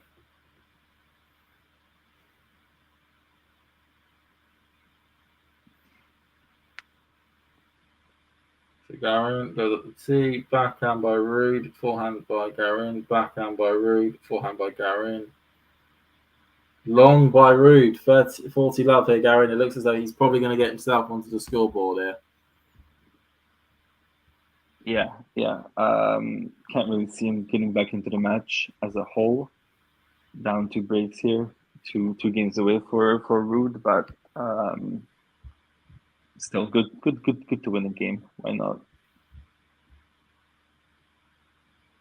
He hasn't completely resigned from this match or anything like that, and he does seal it with a Ruud error off of the return.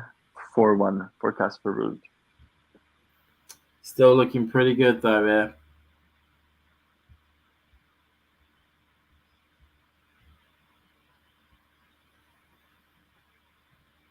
We've done a better job today of keeping the Hamburg sign looking a little bit cleaner.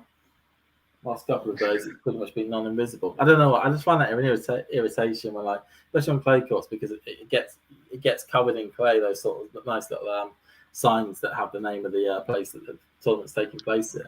On clay, it's absolutely filthy and covered, and it's like.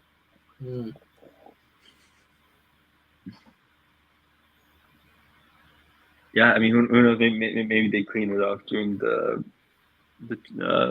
when they wipe the set, when they wipe the courts. Maybe they give that sign a clean as well. Quick polish. Quick polish there.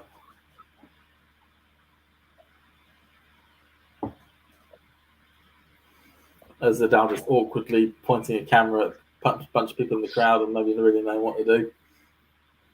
Yeah, it seems to be like a handheld camera. It's sort of giving us this wide shot of the crowd slowly backing up. The one joy by looking at these seats, though, is that it looks a little padded, which is quite nice. It just makes it a nicer thing to be able to then sit on. Yeah, it looks very fancy in there. That's for sure. And I've been to a few events live. The worst one I went to in terms of seat comfort would have been Lyon, the WTA 250 in Lyon at the beginning of the year, where they are literally metal benches, just like really old 20 style metal benches. They are horrible to sit on for a while. I was quite surprised to see it when I went in there, just how bad they were. But other places they can just be like, just a plastic seat that can get quite comfortable after a while. Wimbledon's the best for the courts. Centre 1, 2, and 3, because their seats are padded, so it makes it a bit of a nice experience to be able to sit on them for a longer period of time. Here's more tennis events making more comfy seats. Yeah. I mean, if you're going to have the branding of sort of a rich people sport, then they might as well have some padded seats in there. Why not? Especially as it's a sport that it's for something like football or soccer for the American audience here. That's something in which you're in the stadium maybe for 2 hours at a max. When it comes to tennis, you could be in the stadium all day, like literally from like 11 o'clock in the morning all the way through to like 9, 10 o'clock in the evening. You are going to want to have something comfortable to be able to sit on during those times. Mm-hmm. Sidetrack there. It's a good point. 30 love up for Ruud here, just cruising along. Another service game for him.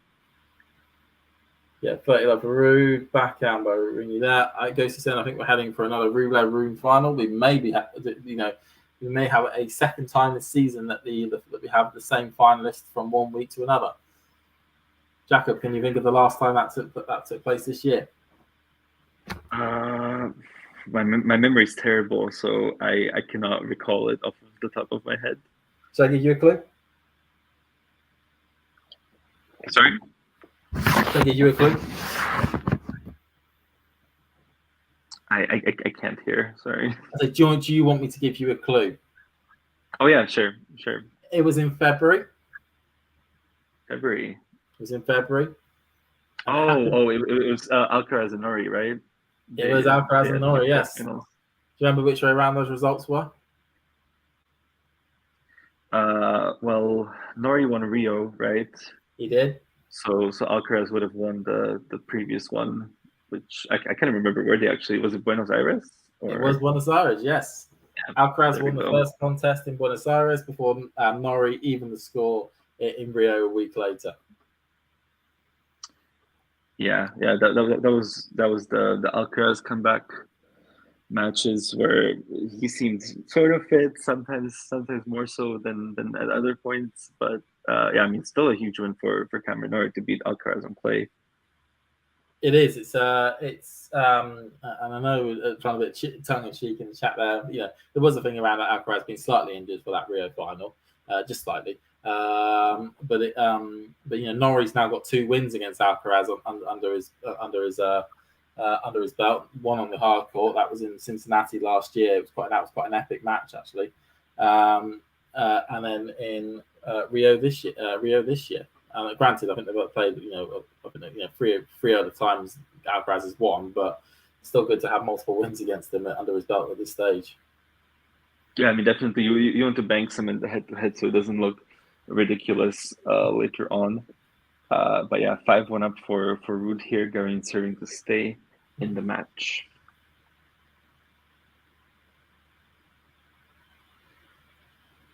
Yeah, guys, that's agree with you. It was one of the best matches, certainly at the certainly on the main tour of the year. Actually, that final it was an absolute epic. Actually, I think in the end, especially given the fact that Alcaraz ended up hitting brilliant winners from anywhere in the court. Forehand by Garin, forehand by into the net by Garin makes it 50-all.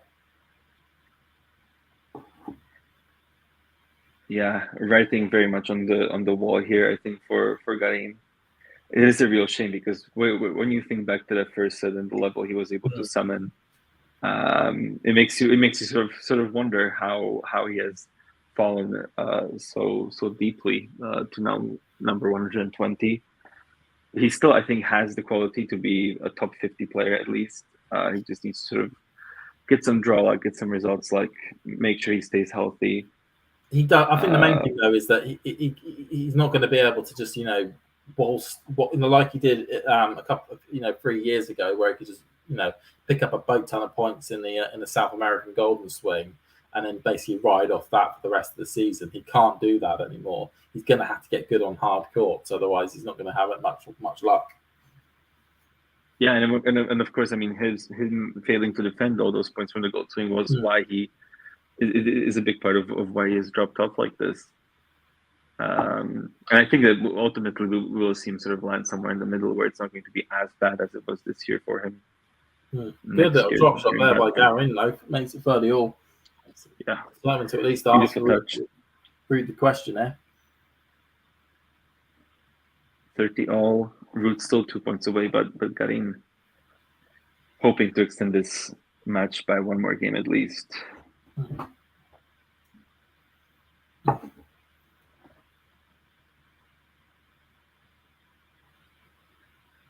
Into the net by Ruud.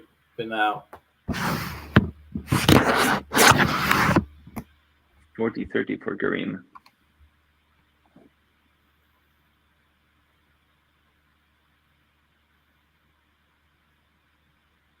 Doing well here. Garin is to try and at least ask the question. Can you serve it out?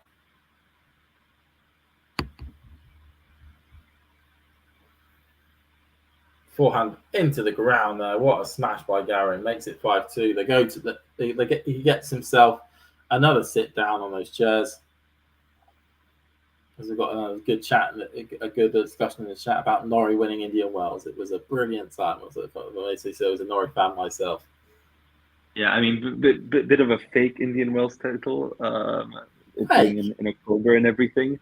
But yeah, I mean, it counted the same in the rankings, so it can count the same in his mind as well.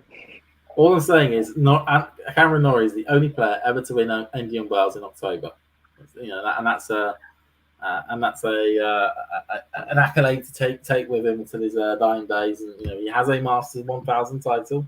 He's done something no British player has ever done, which is win Indian Wells as well. Andy Murray, Tim Hammond, and Greg Rosetsky were unable to get that done. Norrie was.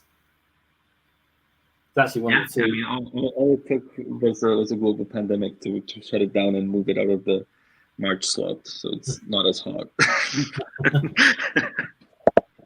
I just remember from that one, because of course Indian Wells being the other side of America, me having to get up at like 2:00 in the morning just so I could watch that final. I had to go to work the next day as well, which was the most horrible bit of it all. Like watching like a 2-hour match, like especially when Norrie went a set down and were setting a break down in it, I was like, why have I got up for this? But then we brought it back quite comfortably in the end to pick up that glorious title. Ghosty is asking, why don't the UK fans get more behind Cameron Norrie? Is it because of his New Zealand/South Africa background? I just think it's generally down to media exposure. I think the Wimbledon run last year really helped get into the semi-finals. He got a lot of exposure that way. But unless he's winning Grand Slams or at least getting deep in Grand Slams, his exposure is going to be very minimal. Oh, and we've got a question. Oh, it's got a response back from Talking Tennis about it as well when he asked him Norrie about this in Madrid. Oh. Yeah, but now that he was like a Wimbledon semi-finalist and everything, I would have thought that it would be a bit more amped up. I mean, it took a while. It generally, it takes a player to go deep in Wimbledon, quite especially. It takes a player to go deep in Wimbledon quite a lot for that to really then eke into the consciousness of people in the of the tennis public. I mean, part of the reason why Tim Henman getting to the Wimbledon Wimbledon semi-final 4 times, that helped him a lot, get a lot of exposure. People knew who Tiger Tim was, and then Andy Murray, of course, with his accolades in Wimbledon and across the world, helped him get a lot of media exposure. Yeah, and I mean, like, he wasn't really that much of a prospect when he was younger, so that might have something to do with it as well. Because of course Murray, since he was like 19 or 20, was of course a massive prospect. Kyle Edmund was also a very popular prospect. Dan Evans, I guess he has more of like a working class type of appeal compared to other British players. But yeah, Norrie, I mean, considering that he wasn't that highly touted as a prospect, and he's like half Scottish, he's not English at all. That might have something to do with it as well. It's a mix of things. Yeah. No, Dan Evans deserves more credit than he gets. I mean, unfortunately, his start to his tennis career wasn't great, especially some of the antics he got involved with. As Garin has a break point here, Ruud's really sort of like lost a little bit of focus.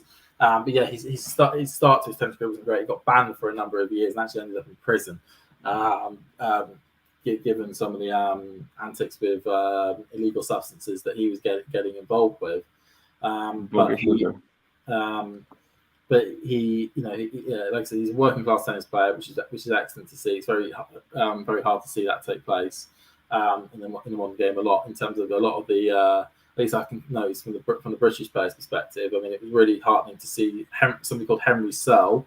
There was a boy called Henry Searle who lives in Wolverhampton, who's a working class lad, win the junior Wimbledon title. That was excellent to see this year because it's a sign that the LTA is doing its best to get as many working class players involved in the event as possible, because it can be quite easy for more middle class players from places like Kingston upon Thames and whatnot, and around the Surrey area where I live, to actually then end up getting a lot of exposure in the limelight.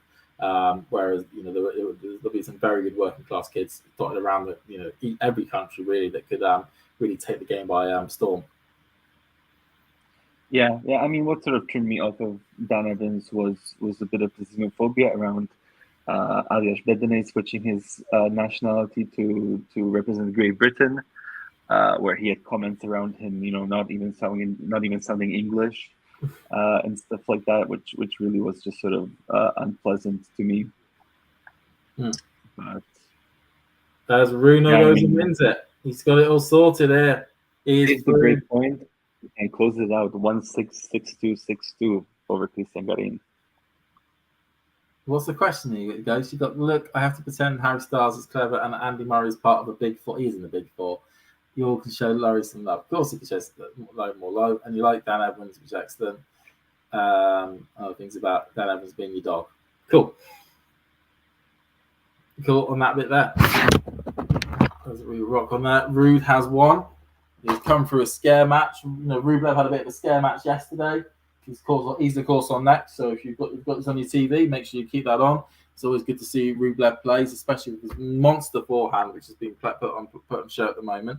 But that is a good win for Ruud, who's looking to break his 500 and above duck today. Try and get rid of that statement of a 250 vulture at the clay events. Garin walks off. Good performance from the Chilean, especially in the first set. Just outclassed by the better player at the end there. Of course, there's a lot of good matches taking place in this sort of the last big event of the clay court season at the moment. And Zverev's through to the quarterfinals. He got there yesterday. Musetti's through to the quarters as well. Now Ruud, and we'll see if Rublev can make it a trio of the top 4 seeds getting into the quarters. Something similar almost to what we saw, last week in the in Borstad as well. And yeah, you got anything final to say, Jacob, especially before you need to run off? Look, I mean, for Ruud, a very impressive way to turn around the match. He's been breadsticked twice in the first 2 rounds, and he's still going. So yeah, maybe he keeps his going to go all the way. Abdul Kills has a massive game though, and that will be a big challenge for him. But if he can serve like he did in the latter 2 sets today, if he can defend like he did in those 2 sets as well, then he should be coming through that matchup as well. No, it's good. Like I said, Rublev's on next, and there's also on court M1, which is one of the outside courts. They've got the I think it's Zhijing Zhang is playing Yannick Haffman to make up the to try and finish up the quarterfinal lineup. Of course, there's other tournaments taking place this week, as we were mentioning. UMAG is happening at the moment. Unfortunately, Thunder and Lightning has been causing them some problems this week, but they've got some play underway at the moment. With Dominic Thiem and Yuri Lehechka in the main attraction currently today, followed by Standard Rinker, who is seeded for this tournament. Seeded, yes. I mean, it seems a while since since Standard Rinker has been seeded at the tournament. He'll be pretty happy about that. Of course, the first hardcourt, or part of the US Open Series, as it likes to call itself, but the US hardcourt swing tournament taking place in Atlanta today. You're going to start to see the first match. It feels weird to say on a Thursday, the first match. The first match of Dan Evans, which is the guy we were just talking about just 10 minutes ago or so. He's playing today, and also Taylor Fritz is starting up his journey. Somebody who, as I saw on Twitter yesterday, or this X, whatever Elon Musk wants us to call it these days. Somebody who's actually, as a top 10 player, has played the most 250s of any of the other top 10 players on the tour so far. He's played 7 already this year, including Atlanta. Is it a situation that we should be calling Taylor Fritz a 250 mercenary and removing that title from Casper Ruud's name? Look, I mean, you sort of have to win them to be called a vulture, like Ruud usually does, and Fritz doesn't always. So maybe that's the biggest difference there. But yeah, obviously we have so much tennis in the US, reduced to 250s now. Most of the big tournaments are gone, so it is understandable that he wants to play them more. But yeah, still an interesting statistic for sure. It is interesting. I think like half of his 7 are, I think Dallas, Delray, Atlanta.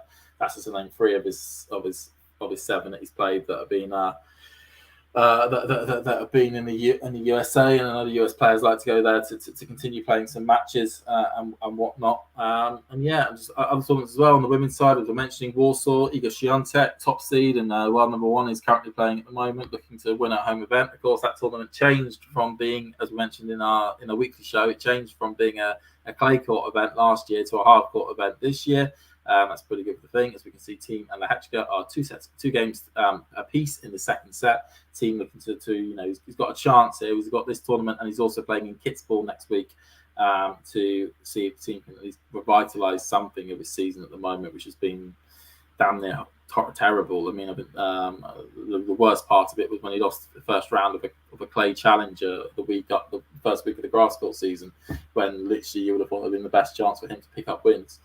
But of course, he picked up a win yesterday or a couple of days ago, which was good. It was actually quite a strong win. And then also Lausanne's, if you're interested in there, apparently not many top players left in that one now, which is unfortunate. And then of course the women's event for Hamburg as well, as long as the main event there. Make sure that you watch WTA and ATP Weekly, taking place, coming out most sort of Sundays and Mondays, and all that good stuff there. Bye. If you enjoyed this video, make sure you hit that like button. Don't forget to subscribe and click that notification bell so you don't miss out on all things tennis.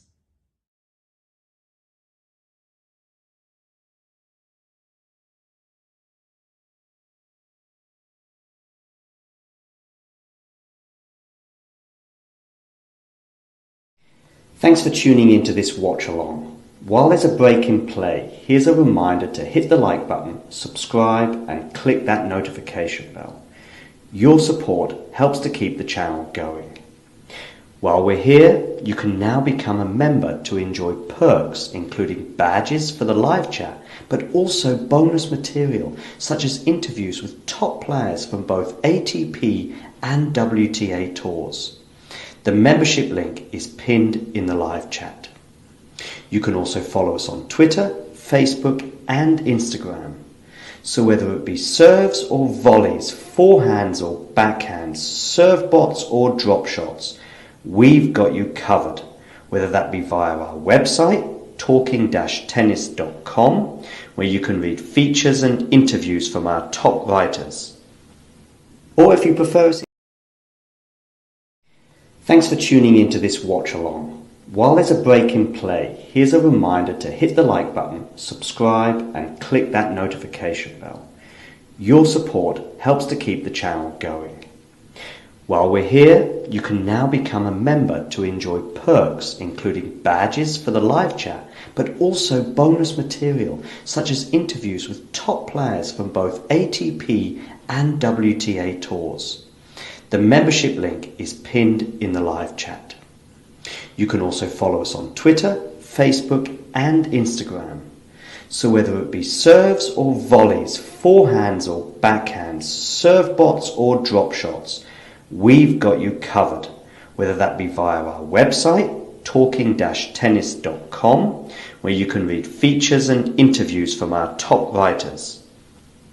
Or if you prefer us in audio form, you can subscribe to our podcast on Apple, Amazon or Spotify or wherever you get your podcasts from. Remember, we offer you wall-to-wall coverage via our regular watch-alongs, magazine shows such as Nick's WTA Weekly or Damien and Mario's ATP version. Plus, we deliver top content from people on the ground, actually at the tournaments, so you get even nearer to the action. So, what are you waiting for? Hit that subscribe button so you don't miss out on all things tennis. Thanks for tuning into this watch along. While there's a break in play, here's a reminder to hit the like button, subscribe and click that notification bell. Your support helps to keep the channel going. While we're here, you can now become a member to enjoy perks including badges for the live chat, but also bonus material such as interviews with top players from both ATP and WTA tours. The membership link is pinned in the live chat.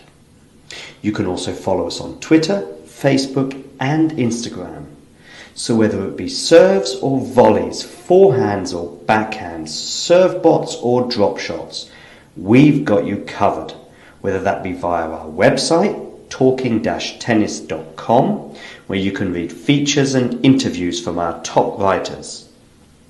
Or if you prefer us in audio form, you can subscribe to our podcast on Apple, Amazon or Spotify or wherever you get your podcasts from.